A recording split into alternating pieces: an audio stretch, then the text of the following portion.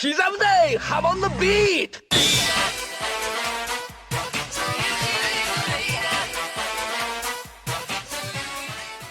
Welcome back to another JoJolion chapter review. After 10 years of publishing, JoJolion has finally reached its conclusion on August 19th. This coincides with the day that the main character Josuke was born from the Walleyes. It's a bittersweet feeling to see JoJolion go, but it opens a path to the future with the announcement of the next part, JoJolands. I'll have more to say in relation to part 9 at the end of the video. The chapter continues where the previous one left off, with the Lucy and Fumi flashback. The pair are under attack by the guardrail, a creature that we definitively learn here is a rock animal. However, unlike other rock animals, it seems to display some intelligence and is able to speak. As I had predicted in the previous video, it becomes fully revealed that Fumi is in fact Joseph Joestar. Just like Joseph, he has access to a stand that is similar to Hermit Purple, although this stand possesses a humanoid form as well. We even get to see Joseph's clackers make a brief reappearance. The guardrail gets hit by the car, but it ends up slithering away into the grass. The fact that this thing is still alive out there is interesting to me. I feel like it's going for a similar feeling to something like the Milagro Man or many of the supernatural occurrences and spin-offs. It's a kind of folklore horror story about something that's still out there somewhere. While escaping, Lucy sees Toru with a couple of Lokakaka plants. Earlier, Lucy said the guardrail was akin to a guard dog, so maybe Toru was the one who brought it with him to protect whatever he was trying to do in the orchard. This scene also finally gives us a good idea of Toru's age. Funnily enough, he may actually turn out to be something like 89 years old. It's hard to tell exactly what Toru is doing here. He has a bucket with some plants and a shovel in his hand. There's also what looks like some loose dirt on the ground like he was digging. But I can't really tell if he was digging the plants up and taking them, or if he was digging a hole to plant them here. Lucy mentioned that the fruit was being imported, so one likely scenario is that Toru is stealing the saplings from the orchard. However, on the other hand, it would also make sense if Toru was growing the plants here, since the guardrail has been around for a while, seemingly protecting them. Since the rock humans hadn't really gotten a foothold in Morio like the hospital, it makes sense that Toru might be leeching off the Higashikata orchard. Also, maybe cultivation of the plant requires something like the special soil of Morio, at least during some stage of growth. We learn that Lucy eventually passed away of lung disease 3 years later. This was foreshadowed by her frequent coughing in her recent appearance, even before the fight began. It's sad that Lucy died, but I'm glad that it was in a natural way rather than being killed. She's definitely one of the best JoJo characters, and I find her inclusion in this story to be very compelling. Joseph accompanied her home but was unable to return to Japan for some time due to America's entrance into World War II. We also learn a little bit about this universe's Suzy Q, who is also a Speedwagon Foundation employee. We end up back in the present with Josuke and Yasuho, who are leaving from visiting Holly in the hospital. Holly is still stuck in her coma, and since the new Lokakaka was destroyed, there seems to be no way to cure her. However, Josuke hints at more fruit existing in the islands to the south. They end up passing by Kiyomi Kujo, Josefumi's mother, who is living a new life. Josuke decides not to talk to her since he assumes that she gave up on Josefumi. However, Yasuho uncovers that she actually has been caring about Josefumi all this time after his disappearance. We also learn that Josefumi's name was derived from Joseph's. Josefumi's grandfather found the name on Joseph's discarded sandal, and eventually had his grandson named after it. This is an interesting conclusion, but it does bring to mind why Josefumi has the birthmark seen in his first appearance.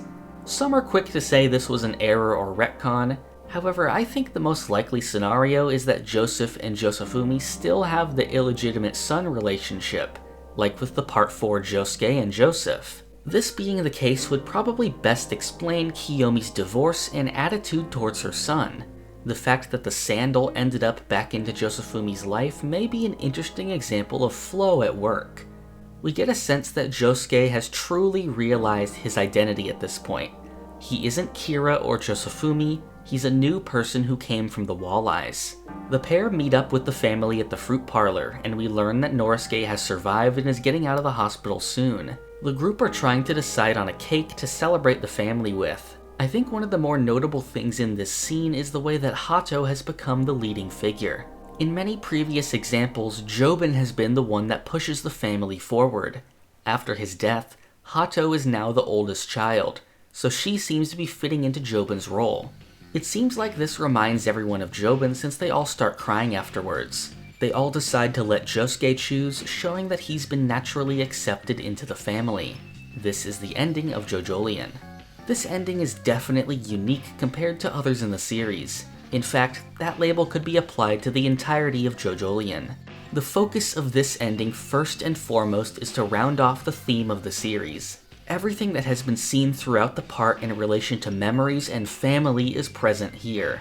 And we finally get to see Josuke progress from someone with no identity or family to becoming a fully realized person with a family around him. The ending also showed us that there is no easy fix for everything.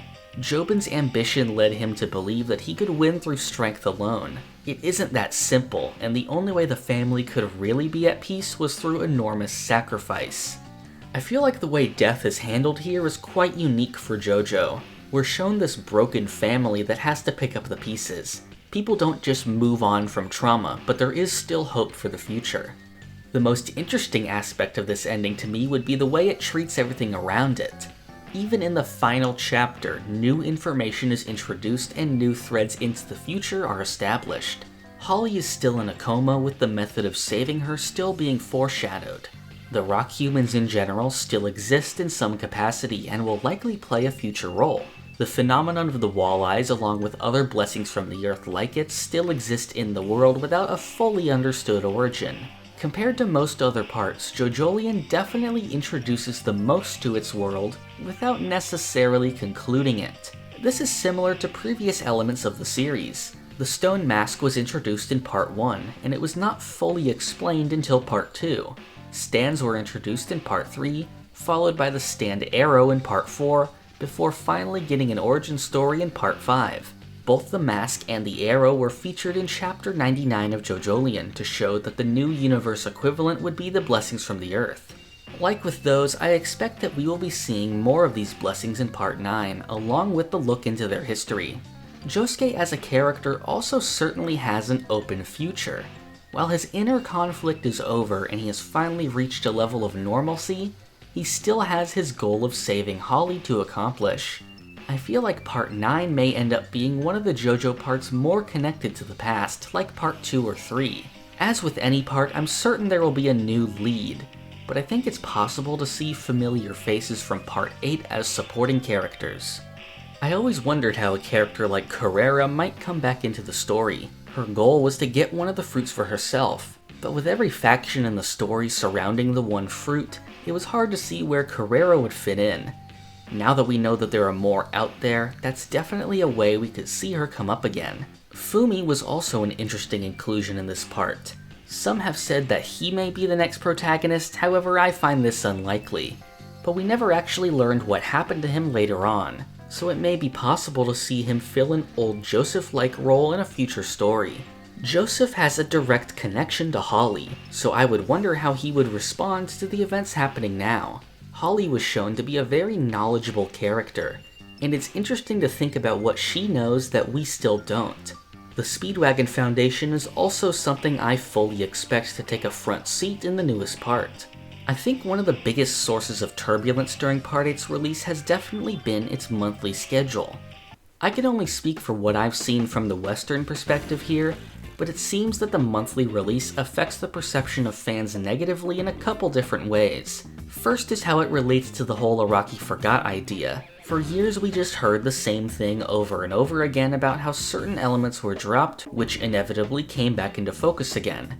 I think the cause of this was that spread out release. Things in the past feel much farther away than they really should be, and when a new element is introduced, the story can spend quite a lot of time on it with previous points not yet resurfacing. On the other hand though, I feel like the monthly release has given a lot of people tunnel vision. We just keep looking forward expecting things to work out a certain way, and it just doesn't play out like that. People that were reading since early on were used to that feeling of so many possibilities being ahead, that they just couldn't see the end being close. I think the best example here is the character of Toru. A lot of people really just couldn't accept the idea of Toru being the main villain. To a lot of people, it felt like Toru was this character introduced so late that he couldn't possibly be the final villain. But the reality is that Toru and his stand have been present in some capacity for almost a third of the story.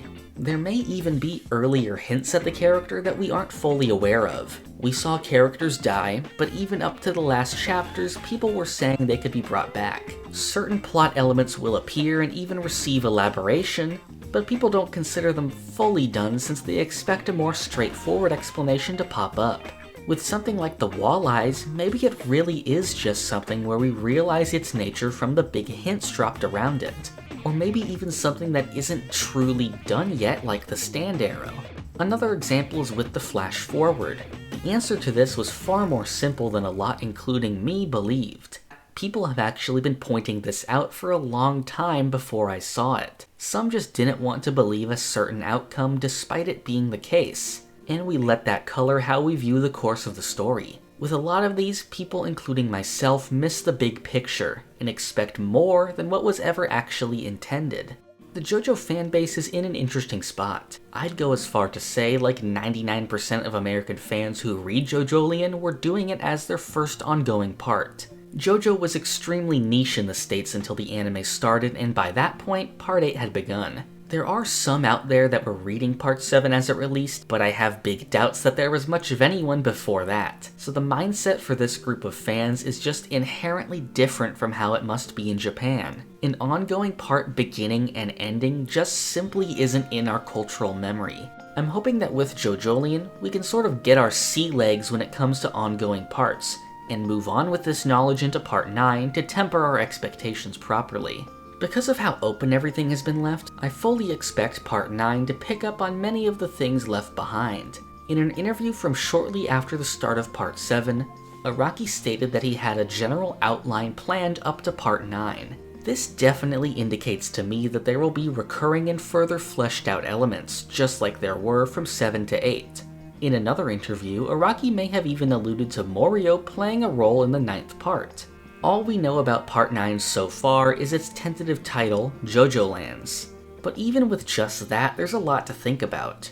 JoJolion's title actually ended up having huge significance to the part, with Araki hinting at this all the way back in the 2nd volume. The name JoJolion signifies the existence of the protagonist and how he was brought into the world by a miracle to act as the counterbalance to calamity. The first thing to come to mind with a title like JoJolands is that we'll return to a part focused on traveling, rather than the more stationary parts like 4 and 8. The lands part of the title also brings to mind how Josuke mentions the nearby lands that could possibly be the home of more fruit.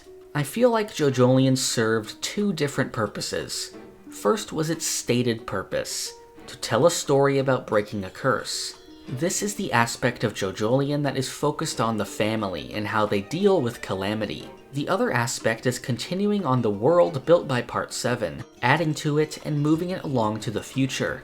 JoJolion introduced new supernatural aspects that not only set up future appearances, but also recontextualize and round out things from years prior. I'd say that both of these goals have definitely been accomplished by Part 8.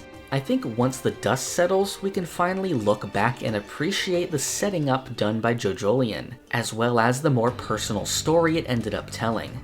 I've mostly avoided speaking about JoJolion in definitive ways outside of these videos since it wasn't done yet. Now that we've reached the ending, I can definitely go forward with videos about the individual topics of the story, as well as updating some other types of videos to include everything. For now, there will be a break from the monthly reviews, but I will definitely be back for more when more content comes out. There's a lot to look forward to if you're a JoJo fan right now, so expect to see me comment on those in some capacity. If you want to be updated on new videos or leave suggestions, join the Shaman Beat Discord using the link in the description. To receive rewards like Discord perks and some uncut videos, you can support the channel on Patreon. And finally, for future videos, subscribe to the channel. Thank you for watching. This is the part of the video where I thank my $5 and up patrons. Thank you to the Owl God, Alex Ramirez, Raziana, Anasui Hat, Doorbell, Cloudy, Monkman, Ashton Joseph Miller, Crayon, Jesper Jansen, Austin Nino, Rigo Vids, Zukato, Shane Giger, Walter White, Whiskey, Taylor Choi, Pumpkin Doge, Marrow, and Gift G Stans.